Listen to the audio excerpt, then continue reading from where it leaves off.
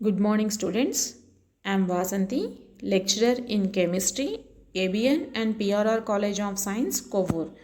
Students ఇవాళ క్లాస్లో మనం ఫస్ట్ బీఎస్సీ ఫస్ట్ సెమిస్టర్ కెమిస్ట్రీలో యూనిట్ 4 గ్యాసియస్ స్టేట్ చూద్దాము. సో గ్యాసియస్ స్టేట్లో Andrews isotherms of carbon dioxide గురించి చూద్దామమ్మా. Before going to Andrews isotherm, so we have to know about what is meant by isotherm. So isotherm means iso అంటే ఇక్కడ constant అని meaning అమ్మా, and therm means temperature.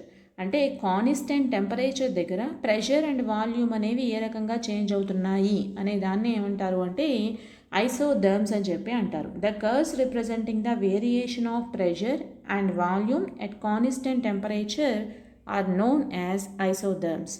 So constant temperature దగ్గర pressure and volume అనేవి ఏ రకంగా vary అవుతున్నాయి అనే కర్వ్స్నే ఏమంటారు అంటే ఐసోథర్మ్స్ అని చెప్పి అంటారు. ఐడియల్ గ్యాస్ కనుక తీసుకుంటే product of PV is always constant. So ideal gas equation ఏంటమ్మా? PV is equal to NRT. PV is equal to NRT. So ఇక్కడ పీవీ ఈక్వల్ టు కాన్స్టెంట్ అనే కదా అర్థం. సో అంటే product of pressure and volume is always constant for ideal gas. అదే మనం Boyle's law స్టేట్మెంట్ని కనుక తీసుకుంటే pressure is inversely proportional to volume. ప్రెషర్ని కనుక మనం ఇంక్రీజ్ చేస్తే వాల్యూమ్ అనేది డిక్రీజ్ అవుతుంది. సో ఇక్కడ మనం లో ప్రెషర్ దగ్గర తీసుకుని గ్రాఫ్ డ్రా చేస్తే ప్రెషర్కి వాల్యూమ్కి మధ్య గ్రాఫ్ డ్రా చేస్తే లో ప్రెషర్ దగ్గర వాల్యూమ్ అనేది ఎక్కువగా ఉండడం జరిగింది. అదే ప్రెషర్ అనేది ఇంక్రీజ్ చేస్తూ వెళ్తే వాల్యూమ్ అనేది మనకి గ్రాడ్యువల్గా డిక్రీజ్ అవ్వడం జరిగింది. అంటే బాయిల్స్ లా స్టేట్మెంట్ని ఒబే చేసింది కదా.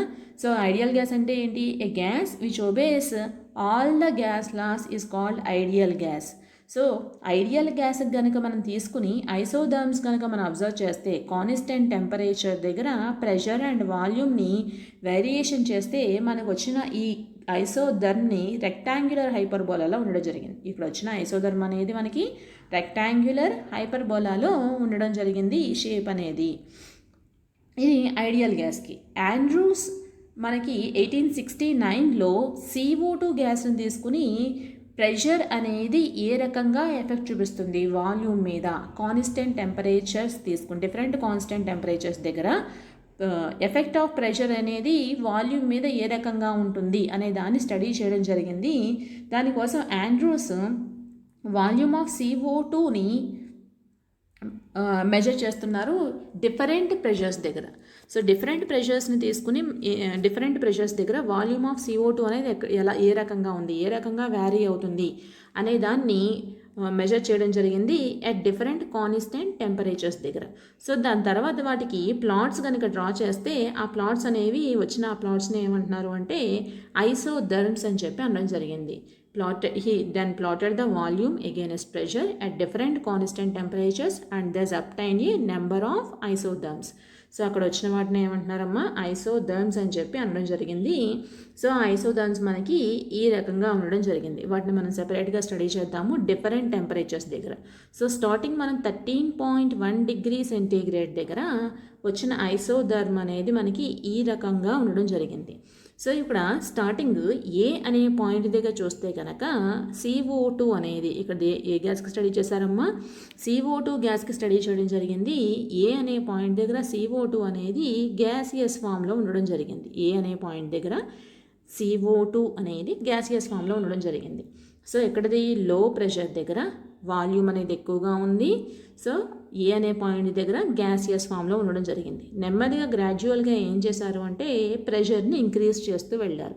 సో ప్రెషర్ని ఇంక్రీజ్ చేస్తే వాల్యూమ్ అనేది మనకి స్లైట్గా నెమ్మదిగా డిక్రీజ్ అవ్వడం జరిగింది. అది ఎక్కడి వరకు డిక్రీజ్ అయిందంటే పాయింట్ B వరకు డిక్రీజ్ అయిన తర్వాత పాయింట్ B రీచ్ అవ్వగానే ఏమైందంటే ఇక్కడ నుంచి లిక్విఫై అవ్వడం స్టార్ట్ అయింది. అంటే మనం ప్రెషర్ని ఇంక్రీజ్ చేస్తున్నాము. సో ప్రెషర్ ఇంక్రీజ్ చేస్తుంటే వాల్యూమ్ అనేది డిక్రీజ్ అవుతూ వెళ్ళింది. సో B అనే పాయింట్ రీచ్ అయ్యేటప్పటికి ఏమైందమ్మా వాల్యూమ్ అనేది ఇంకా కంప్లీట్గా ఒక్కసారిగా డిక్రీజ్ అయింది. B నుంచి Cకి ఒక్కసారిగా ప్రెషర్ని చేంజ్ చేయకపోయినా కానీ ఏమైందంటే సడన్గా B నుంచి C అనే పాయింట్కి రీచ్ అయ్యేటప్పటికి సడన్గా వాల్యూమ్ అనేది డిక్రీజ్ అయింది. ఆ ప్రెషర్ ఎంత ప్రెషర్ దగ్గర ఇది ఇలా డిక్రీజ్ అయ్యింది అంటే 49.8 అట్మాస్ఫియరిక్ ప్రెషర్ దగ్గర 49.8 అట్మాస్ఫియరిక్ ప్రెషర్ దగ్గర వాల్యూమ్ అనేది సడన్గా డ్రాప్ అవడం జరిగింది. ఆ తర్వాత ప్రెషర్ని ఇంకా ఇంక్రీజ్ చేస్తుంటే వాల్యూమ్ అనేది ఇంకా స్లోగా డిక్రీజ్ అవ్వడం జరిగింది. సో ఈ రకంగా మనకి 13.1 డిగ్రీ సెంటీగ్రేడ్ దగ్గర ఐసోథర్మ్ అనేది ఈ రకంగా రావడం జరిగింది. ఇక్కడ ఈ సడన్ డిక్రీజ్ ఆఫ్ వాల్యూము దీనికి రీజన్ ఏంటంటే వాల్యూమ్ ఆఫ్ ద ఇక్కడికి వచ్చేటప్పటికి బి అనే పాయింట్ దగ్గరకు వచ్చేటప్పటికి గ్యాస్ అనేది లిక్విడ్ కింద చేంజ్ అవుతుంది. గ్యాస్ అనేది లిక్విఫై అవ్వడం స్టార్ట్ అయింది. సి అనే పాయింట్ రీచ్ అయ్యేటప్పటికి లిక్విఫికేషన్ కంప్లీట్ అయిపోయింది. గ్యాసియస్ ఫేజ్ ఏమీ లేదు. కంప్లీట్గా అంతా కూడా ఇదంతా కూడా సి టు డి అంతా కూడా మనకి లిక్విడ్ ఫామ్లోనే ఉంది. అదే బి నుంచి సికి చూస్తే ఇక్కడ మనకి వేపర్ ఫేజ్ ఎగ్జిస్ట్ అవుతుంది. At the same time liquid phase కూడా ఎగ్జిస్ట్ అవ్వడం జరుగుతుంది.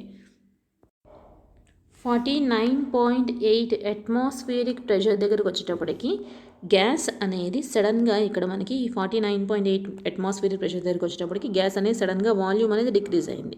సో దాన్ని హారిజాంటల్ లైన్ బీసీతో ఇండికేట్ చేశారు. ఈ సడన్ డిక్రీజ్కి రీజన్ ఏంటంటే గ్యాస్ మాలిక్యూల్స్ ఆక్యుపై చేసే వాల్యూమ్తో కంపేర్ చేస్తే లిక్విడ్ మాలిక్యూల్స్ ఆక్యుపై చేసే వాల్యూమ్ తక్కువగా ఉంటుంది కాబట్టి సో ఇక్కడ బి అనే పాయింట్ రీచ్ అయ్యేటప్పటికి గ్యాస్ అనేది లిక్విఫై అవుతుంది కాబట్టి సో సడన్గా మనకి వాల్యూమ్ అనేది డిక్రీజ్ అవ్వడం జరిగింది. అదే 13.1 డిగ్రీ సెంటీగ్రేడ్ దగ్గర బి లైన్ కనుక చూస్తే మనకి ఓన్లీ గ్యాసియస్ ఫేజ్ మాత్రమే ఎగ్జిస్ట్ అయ్యింది. అండ్ బిసి లైన్ చూస్తే కనుక ఇక్కడ మనకి vapour phase and liquid phase రెండు ఎగ్జిస్ట్ అవ్వడం జరిగింది. అండ్ నెక్స్ట్ సిడి లైన్ ఈ లైన్ కనుక మనం అబ్జర్వ్ చేస్తే ఓన్లీ మనకి ఇక్కడ లిక్విడ్ ఫేజ్ మాత్రమే ఎగ్జిస్ట్ అయ్యింది. మనం టెంపరేచర్ రేస్ చేసినప్పుడు అంటే టెంపరేచర్ ఇప్పుడు కాన్స్టెంట్ టెంపరేచర్ 21.5 డిగ్రీ సెంటీగ్రేడ్ దగ్గర కనుక మనం ఐసోథర్మ్స్ ఏ రకంగా ఉన్నాయో చూస్తే ఈ అనే పాయింట్ దగ్గర మనకి గ్యాసియస్ ఫేజ్లోను ఈ టు ఎఫ్ అనేది గ్యాసియస్ ఫేజ్లో ఉంది. ఎఫ్ టు జిఎము మనకి వేపర్ ఫేజ్ ఉంది, లిక్విడ్ ఫేజ్ ఎగ్జిస్ట్ అయ్యింది. అండ్ జీ టు హెచ్ ఇది మనకి ఓన్లీ లిక్విడ్ ఫేజ్ మాత్రమే ఎగ్జిస్ట్ అయ్యింది. అదే మనం 21.5 డిగ్రీ సెంటీగ్రేడ్ నుంచి గ్రాడ్యువల్గా మనం టెంపరేచర్ని కనుక ఇంక్రీజ్ చేస్తూ ఐసోథర్మ్స్ని అబ్జర్వ్ చేస్తే గ్యాస్ అనేది లిక్విఫై అవ్వడం అనేది చాలా తక్కువగా ఉంటుంది. నెమ్మదిగా ఏమవుతుందంటే అది గ్రాడ్యువల్గా డిక్రీజ్ అయిపోతుంది. ఆ ఏరియా అనేది షార్ట్ అయిపోతుంది. సో ఏంటమ్మా టెంపరేచర్ రేస్ చేసే కొద్దీ ఈ గ్యాస్ అనేది లిక్విఫై అయ్యే ఏరియా నెమ్మదిగా ఏమవుతుందంటే డిక్రీజ్ అవుతూ వెళ్తుంది.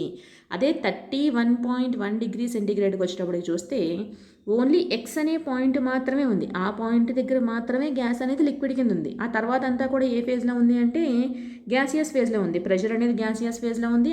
ఆ టెంపరేచర్ 0.1 డిగ్రీ రేస్ చేసినా కూడా దీని నుంచి మనకి ఎక్స్ పాయింట్ని దాటితే ఏ ఫేజ్ ఉంటుందమ్మా ఓన్లీ గ్యాసియస్ ఫేజ్ మాత్రమే ఎగ్జిస్ట్ అవుతుంది.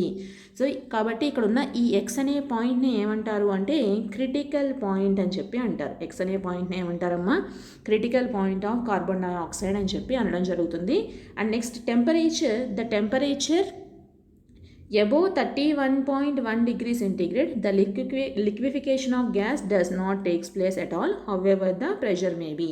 సో ప్రెషర్ని మనం ఎంత ఇంక్రీజ్ చేసినా 31.1 డిగ్రీ సెంటీగ్రేడ్ కంటే టెంపరేచర్ని రేస్ చేసినప్పుడు మనకి అసలు గ్యాస్ అనేది లిక్విఫై అవ్వట్లేదు.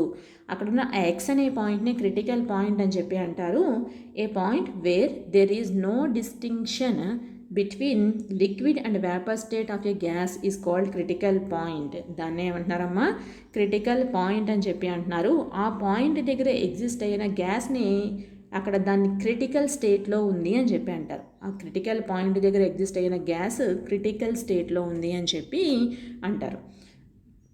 So isotherms passing through the critical point is known as critical isotherm. So isotherms ఏవైతే మనకి ఆ క్రిటికల్ పాయింట్ నుంచి రీచ్ అవుతున్నాయో దాన్ని ఏమంటున్నారమ్మా క్రిటికల్ ఐసోథర్మ్స్ అని చెప్పి అంటున్నారు. So the temperature corresponding to the critical isotherm is known as critical temperature of the gas. So ఆ క్రిటికల్ ఐసోథర్మ్కి కరస్పాండింగ్గా ఉన్న టెంపరేచర్ని ఏమంటారు అంటే క్రిటికల్ టెంపరేచర్ అని చెప్పి అంటారు. సో ఇక్కడ మనకి ఇక్కడ ఉన్న ఈ ఎక్స్ అనే పాయింట్నేమో క్రిటికల్ పాయింట్ అంటారు. ఈ క్రిటికల్ పాయింట్ దగ్గర ఉన్న గ్యాస్ని ఏమంటున్నారు అంటే ఈ క్రిటికల్ పాయింట్ దగ్గర ఉన్న గ్యాస్ అనేది క్రిటికల్ స్టేట్లో ఉంది అని చెప్పి అంటారు. ఈ క్రిటికల్ పాయింట్ దగ్గర ఉన్న గ్యాసే క్రిటికల్ స్టేట్లో ఉంది అని చెప్పి అంటారు. సో ఈ క్రిటికల్ స్టేట్కి కరస్పాండింగ్గా ఉన్న ఈ టెంపరేచర్ని ఏమంటారు అంటే ఈ ఐసోథర్మ్ని పర్టికులర్గా ఈ ఐసోథర్మ్ ఉంది కదమ్మా 31.1 డిగ్రీ సెంటీగ్రేడ్ దగ్గర ఉన్న ఈ ఐసోథర్మ్ని క్రిటికల్ ఐసోథర్మ్ అని, 31.1 డిగ్రీ సెంటీగ్రేడ్నేమో క్రిటికల్ టెంపరేచర్ అని చెప్పి అంటారు. సో అసలు క్రిటికల్ టెంపరేచర్ అంటే ఏంటో డెఫినేషన్ చూద్దాము. Critical temperature of a gas may be defined as that temperature above which the gas cannot be liquefied howsoever high pressure may be applied. So ఆ temperature ఏ temperature అయితే ఉందో temperature కంటే ఎబోవ్గా మనం temperature race చేసినప్పుడు gas అనేది liquefy అవ్వట్లేదు. ఏ temperature దాటిన తర్వాత మనకి గ్యాస్ అనేది లిక్విఫై అవ్వట్లేదు, మనం ప్రెషర్ అనేది ఎంత ఇంక్రీజ్ చేసినా ఆ పర్టికులర్ టెంపరేచర్ని ఏమంటారు అంటే క్రిటికల్ టెంపరేచర్ అంటారు. సో ఈచ్ గ్యాస్కి ఎవరి గ్యాస్కి కూడా ఒక క్రిటికల్ టెంపరేచర్ అనేది ఉండడం జరుగుతుంది. సో CO2 గ్యాస్కి క్రిటికల్ టెంపరేచర్ ఎంత అంటే 31.1 degree centigrade. Thank you students.